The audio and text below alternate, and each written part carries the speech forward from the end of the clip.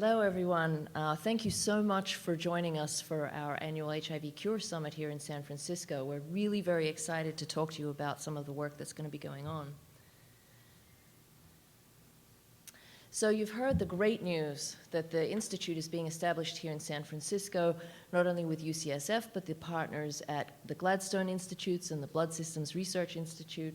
And you're going to be hearing from scientists talking about each of the four pillars of the work that's going to be going on in the Institute. And so we want to take you on a tour through the science that we think is really going to bring us closer to a cure for HIV.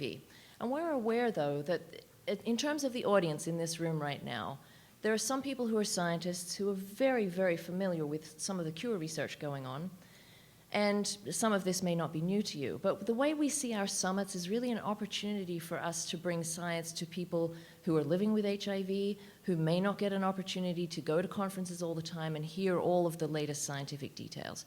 People who know people who have HIV, people who are simply interested in getting up to speed on really what's happening, what's the latest news in cure research. We want to take that opportunity and talk to you today about that. So the way it's going to work is I'm going to give some introduction to some of the science behind cure research, just to kind of get everybody up onto the same page. And then we're going to hear from 4 of the scientists working in the Institute, and each of those guys is going to talk for 20 minutes. And at the end of those 20 minutes, there's going to be 10 minutes for questions. Please do encourage you to think up the questions that you'd like to ask, because this is a great opportunity for you to do that. But at the end of this summit, we also are going to have a reception, and everybody's going to be hanging around. At the end of the summit, they're going to be here available for you to talk to if you feel like you have some questions that are more complex than what they presented, or that you feel like are simpler than what you presented. There's going to be a lot of opportunity for you to talk through some of the questions that you have, because that's what we're here for. We love bringing science. It's really, really interesting stuff, so we're very excited. So I'm going to start out by what seems like kind of a strange question. What is a cure for HIV? And people think of a cure for HIV in a number of different ways. So you hear people talk about a functional cure, and that would be where HIV is still present, but the person with the HIV doesn't need to take medications anymore. Somehow, for example, perhaps the immune system has HIV under control. And we know about patients around the world, some elite controllers. There are a lot of elite controllers actually here at San Francisco being taken care of by Steve Deeks. And Visconti cohort, a relatively well-known group of patients in France who for sure have HIV but seem to be able to control that virus by themselves.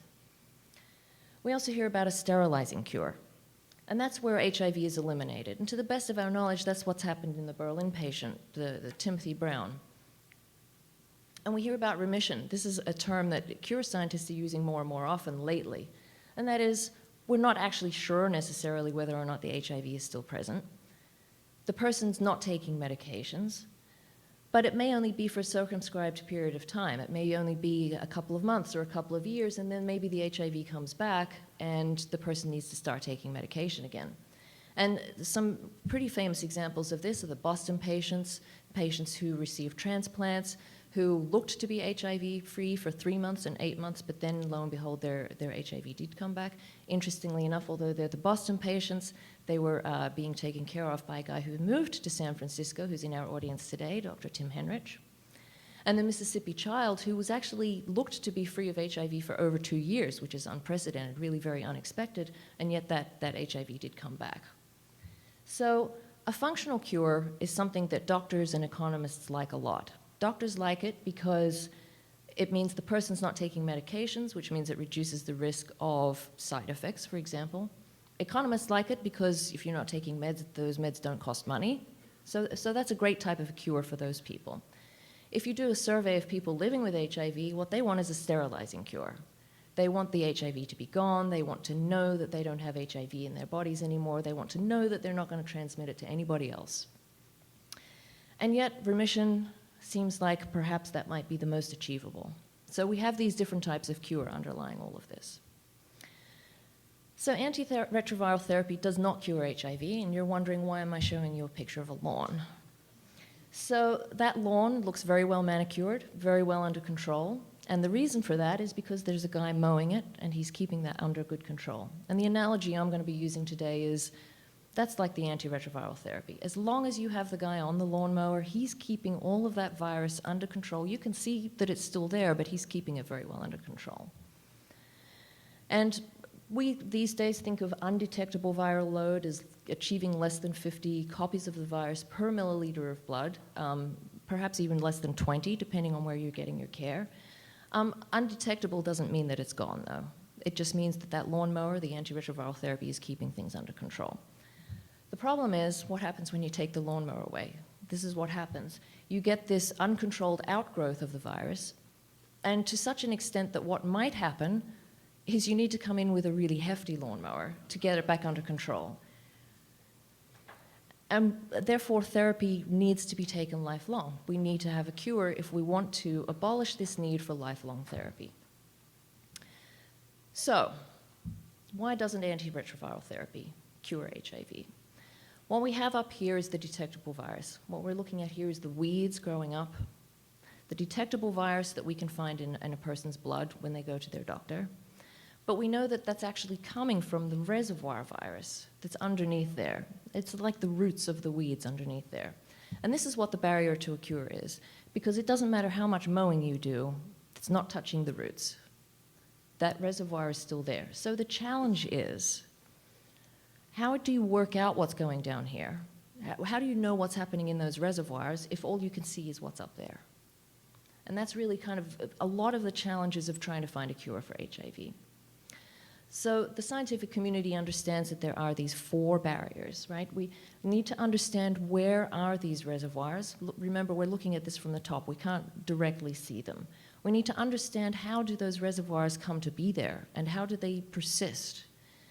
We need to know how much of that virus is there.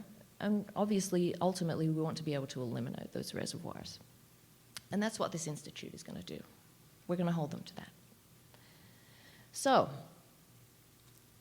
understanding how the reservoirs persist in my analogy here, we know that this would be nurtured by sun and water and nutrients in the soil.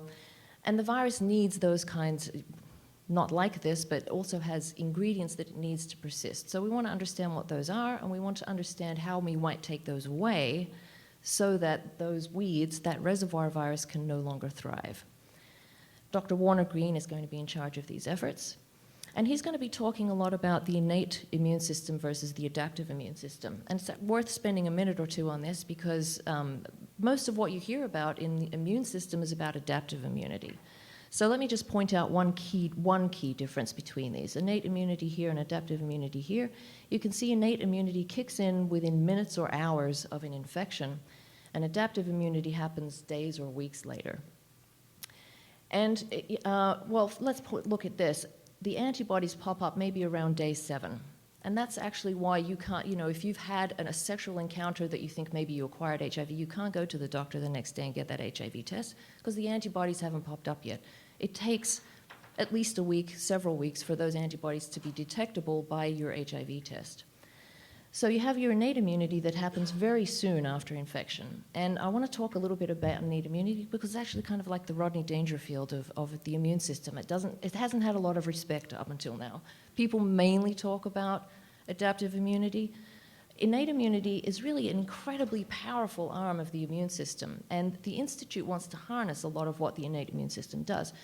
This has happened to everybody. You're walking along, you scrape your arm or your leg against something sharp, you break the skin, maybe it bleeds a little bit, but you've just had like a little injury like that. Maybe a few minutes later, certainly within an hour, what you notice is there's kind of a bit of swelling around that area. It's very warm to the touch. It looks red, and the reason that happened is because your innate immune system has cells out in your tissues looking to see whether something foreign came in. So, because the bad news is that whatever you scraped yourself on was not sterile. It had bacteria, it had some kind of gunk on it, and those cells out in your tissues know that something foreign came into your body, and within minutes, your innate immune system is out there trying to get rid of whatever it was that came in. And these cells, one of the ways that these cells out in the tissues know that something foreign got into you is there are certain patterns associated with bacteria. So everyone's heard of DNA, everyone's heard of RNA. The NA stands for nucleic acid in both cases. And those nucleic acid building blocks look very different from our DNA. So those cells out there know that those nucleic acids look different. This is a pattern of nucleic acids that just shouldn't be in your body. And some of these cells have receptors, either on their surface or inside the cell, that can recognize these patterns. And they're good at pattern recognition. And the receptors that do that are called toll-like receptors. It's a goofy name. It's abbreviated to TLR. And you're going to hear a lot about TLR, and you're going to hear a lot about different TLR 1, 4, 7, 9.